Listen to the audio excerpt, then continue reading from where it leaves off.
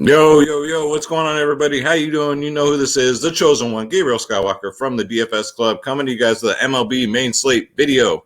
Sorry I'm late, guys. Had to take the wife out on the town last night, so hey, man, still gotta do these things when you're married. You gotta keep her happy. So I apologize, but better late than never. Hopefully you get to see this in time. Lock is in like 4 hours, but if you're new, hit that subscribe button, hit that like button. I normally film these the night before. Leave me a comment down below because I really appreciate it, guys. And you guys have been awesome with that, by the way. The subs, the comments. So I really do appreciate it. I appreciate all of you. Shout out to the DFS Club. And we're back at it, guys. So regular MLB slate. The break is over. Hopefully you guys did good with the All-Star game. That was pretty fun to play. The free home run derby contests were pretty cool, pretty dope. So let's get into it, guys. So this is a very complicated slate.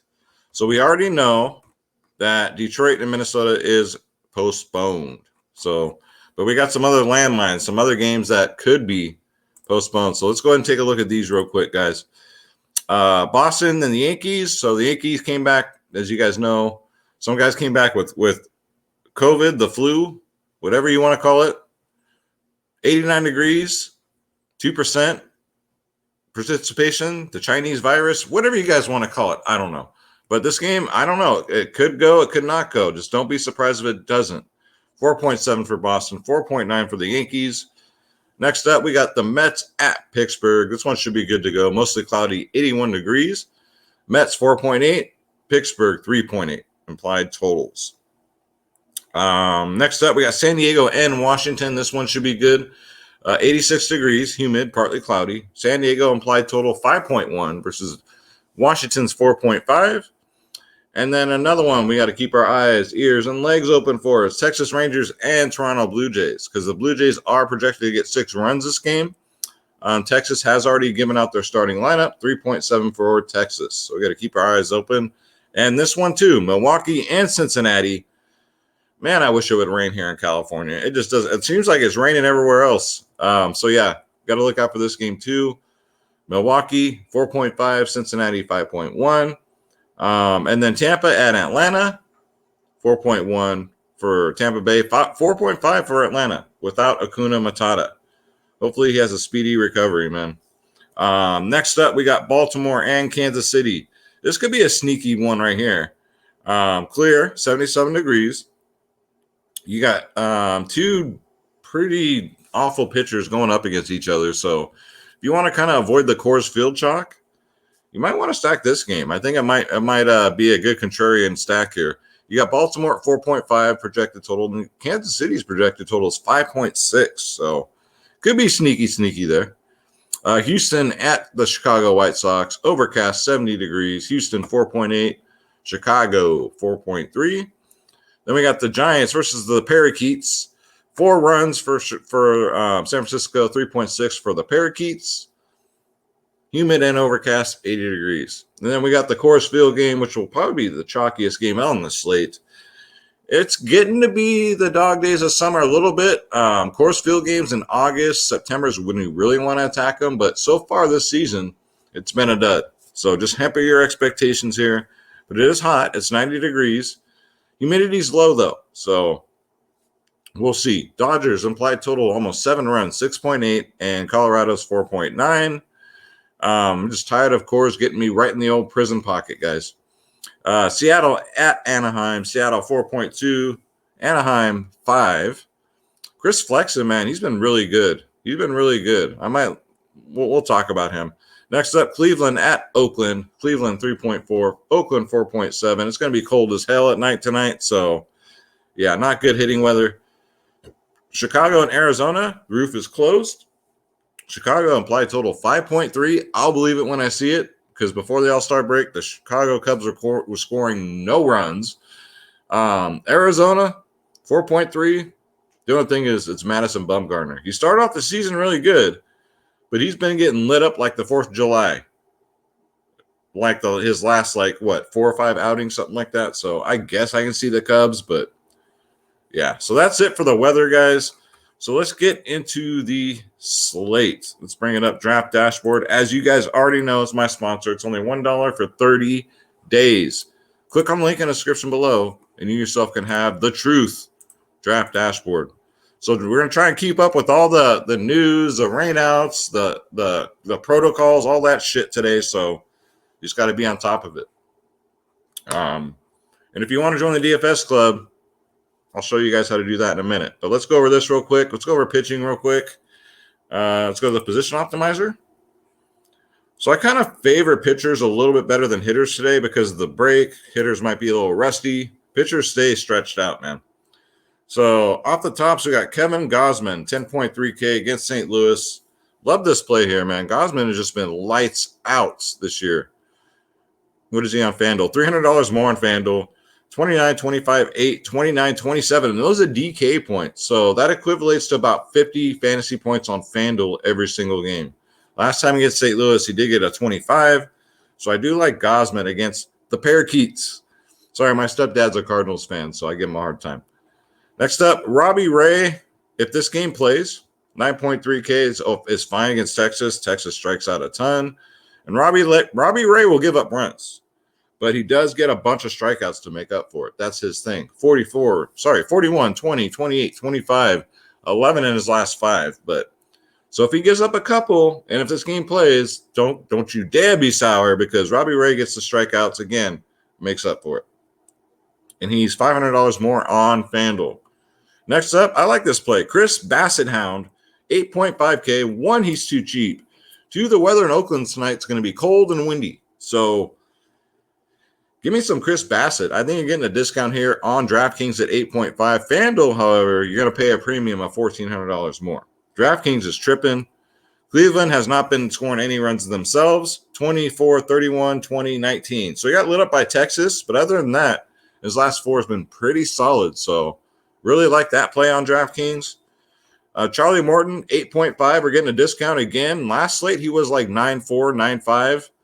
And he got 31 fantasy points. But for some reason, he dropped down to 8.5 again. All right. We'll take the savings here. He's only $200 more on FanDuel. Charlie Morton's looking like his old self, man. 31, 14, 17, 39 in his last 4. Last time against Tampa Bay, he did get 21 fantasy points. So get some Charles Morton, guys. Let's see. Andrew, Bobby the Brain Heaney, 7.4K. Against Seattle, but temper your expectations with him. I was looking at a lot of, well, I wouldn't say a lot. I'd say about 3 to 4 Seattle players have fared pretty well against him in their career. So 7.4, though, is really cheap. It's really tempting. Last time in Seattle, he did get lit up.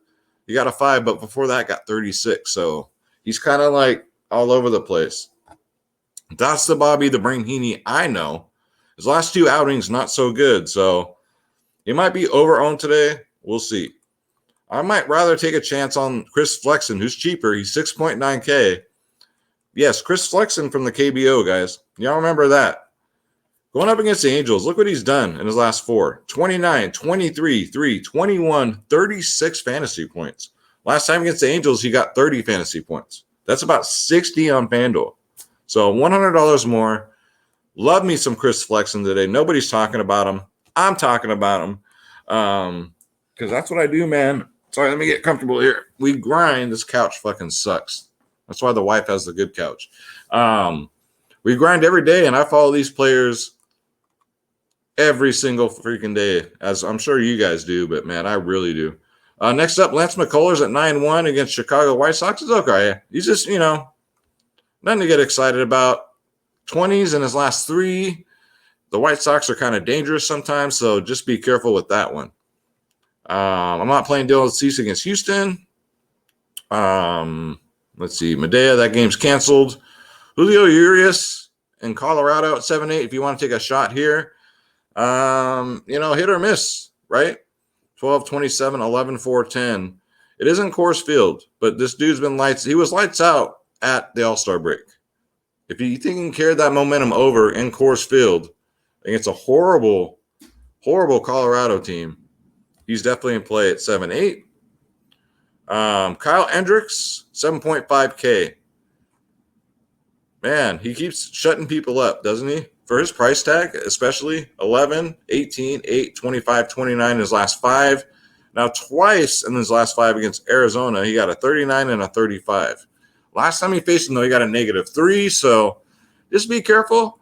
I'd probably rather take a shot on Chris Flexen, guys, to be honest with you. And then Jordan Lyles, if this game goes at 6-6, now I know it's against Toronto, but Lyles has been pretty damn good, man. 15, 21, 22, 12 in his last 4. If this game goes GPP only, don't mind me some Jordan Lyles. So that'll do it for pitcher, guys. And if you want to join the DFS club, guys, you want the lineups, the ownership, the projections, the cheat sheets, the members only podcast, 1 hour before lock, guys. For the members only, it's dfsclub.com. LT will be joining me, guys. He just, whenever he can, he works just like I do.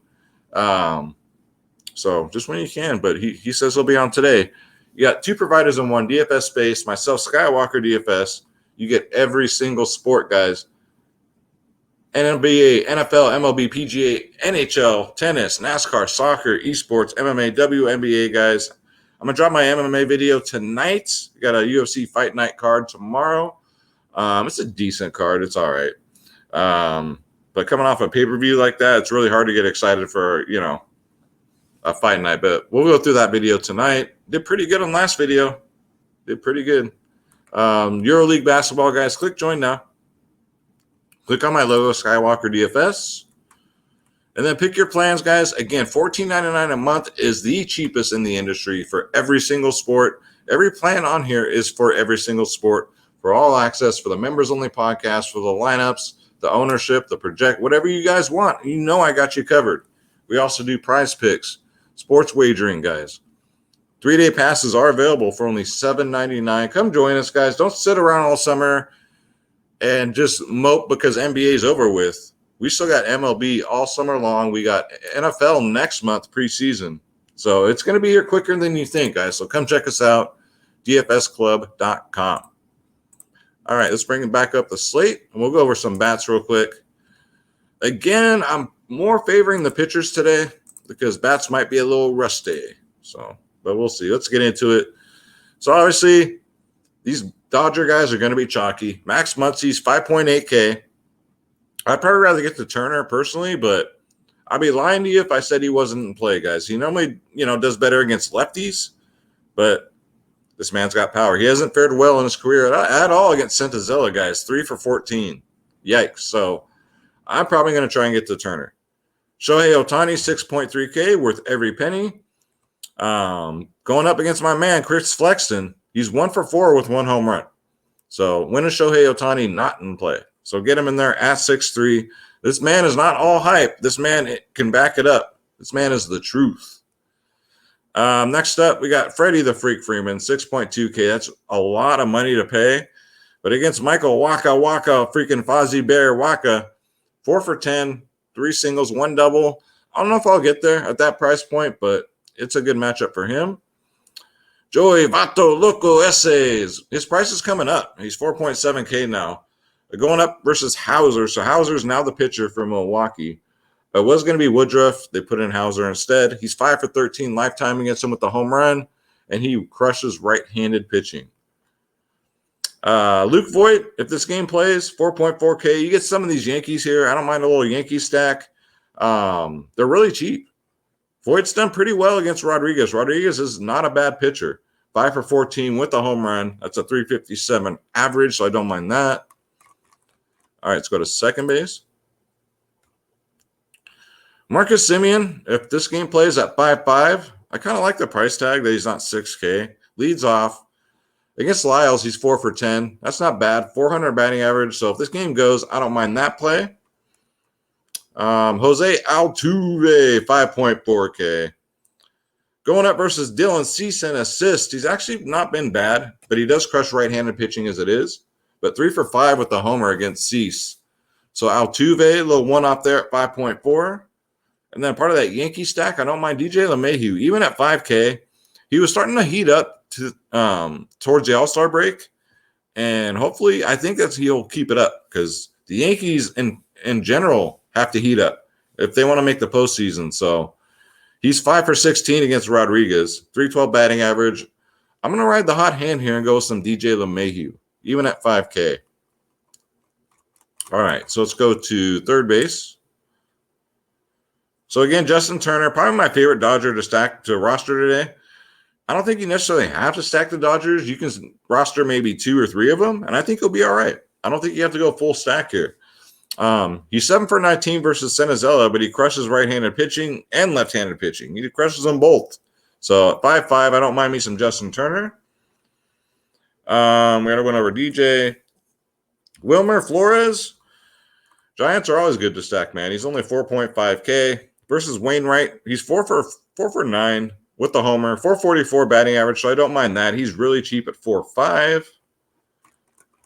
All right, let's go to shortstop because we won't stop and we can't stop. Fernando Tatis, 6.1K. He's been disappointing this year so far, but he's going up against a righty. He crushes righties, and against Fedde, you guys, he's 5 for 8. That's a freaking 625 batting average, 4 singles and a homer. Fernando Tatis, nice, one-off play from San Diego at 6.1. Trey Turner's having a phenomenal season, 5.7K, 2 for 2. He's perfect against Paddock. 2 singles, but Trey Turner does it all, guys. Stolen bases, home runs, extra base hits, stolen bases. This man, get him in there, guys, 5.7K. Xander Bogaerts, if this game plays at 4.8K, don't mind him. Part of this, a couple of one-offs from Boston. Against Jermaine, he's 6 for 14, 429 average, 3 singles, 2 doubles, and a homer. Don't mind me some Bogaerts. And then a cheap Dodger, Gavin Lux, at 3.2K. I don't mind it.